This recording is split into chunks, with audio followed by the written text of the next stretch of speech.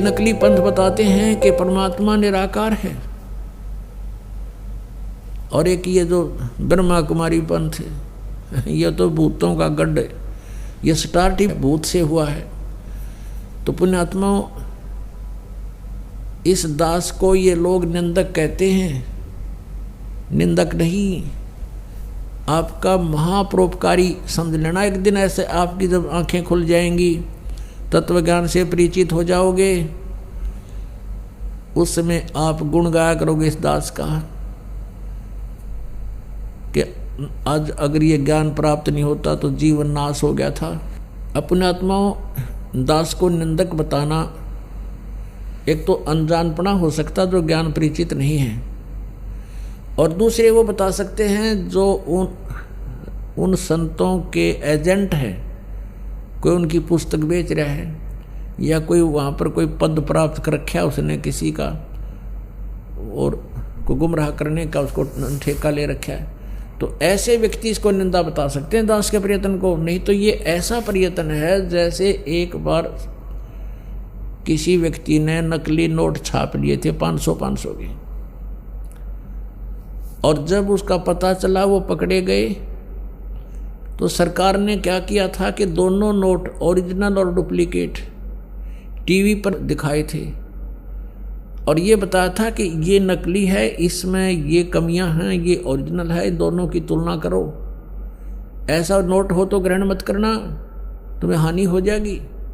समाचार पत्रों में भी छाप कर प्रिंट करवा करके जनता में भेजे गए थे कि ऐसा डुप्लीकेट होता है, ऐसा ओरिजिनल होता है। तो क्या वो प्रयत्न सरकार का हमारे हित में था या अहित में? हित में था। और उस प्रयत्न को कोई न्यू कह के सरकार निंदा कर रही है तो कौन कह सकता है? जो नकली नोट छापणीय गिरोह का व्यक्ति कह सकता है ये बात। तो दास का आज वही प्रयत्न है।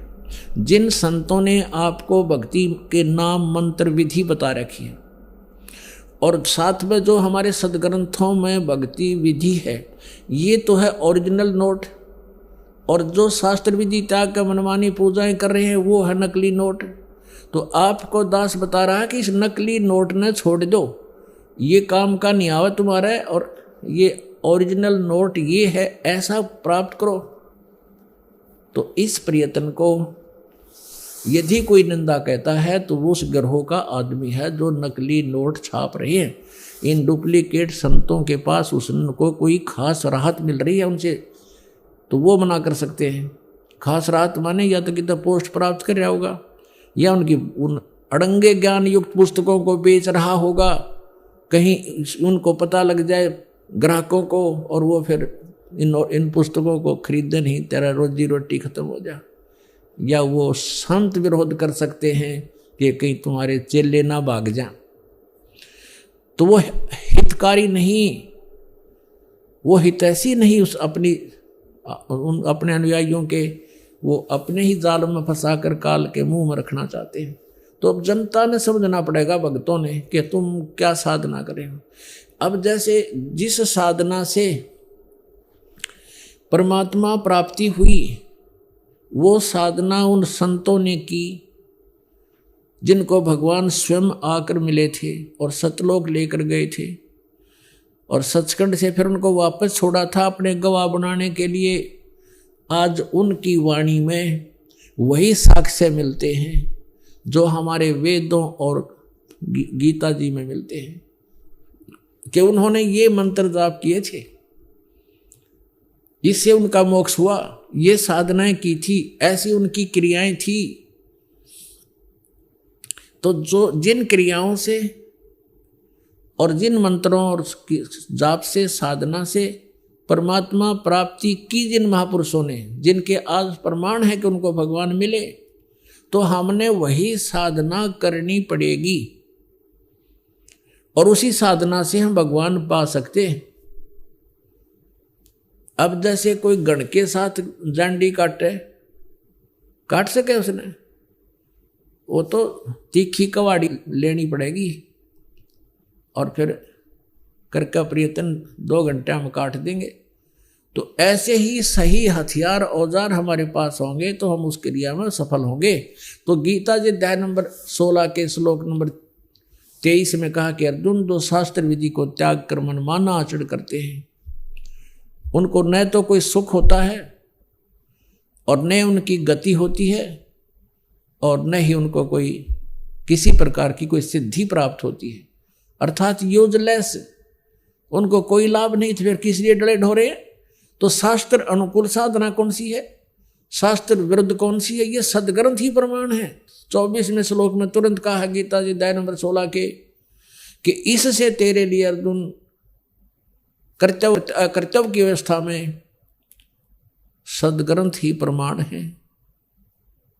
जो हमारे शास्त्र ही प्रमाण है, जो शास्त्रों में लिखा है उसके अनुसार साधना करना, किसी व्यक्ति विशेष के कहने से अपने जो ना जीवन नाश ना करना, इसका ये सारांश है दोनों श्लोकों का 16वें अध्याय गीता जी का 23 और 24 में। तो पुण्यात्माओं, गीता जी में कौन सा मंत्र बता रखा है, कौन सी साधना बता रखी है?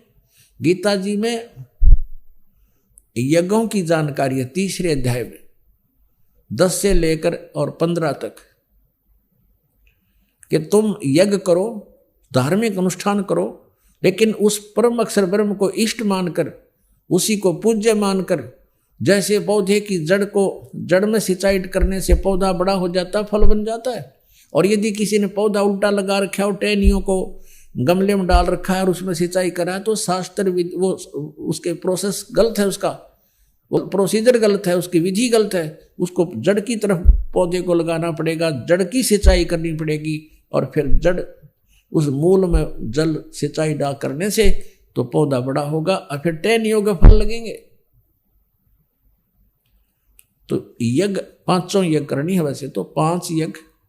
और गीता जी में केवल एक ओम नाम लिखा है। गीता जी अध्याय नंबर 8 के श्लोक नंबर 13 में कहा है गीता ज्ञानदाता ये ब्रह्म है, सर्वपुरुष है, जो श्री ब्रह्मा, श्री विष्णु, श्री शिव जी का पिता है और ये 21 ब्रह्मांड का स्वामी है।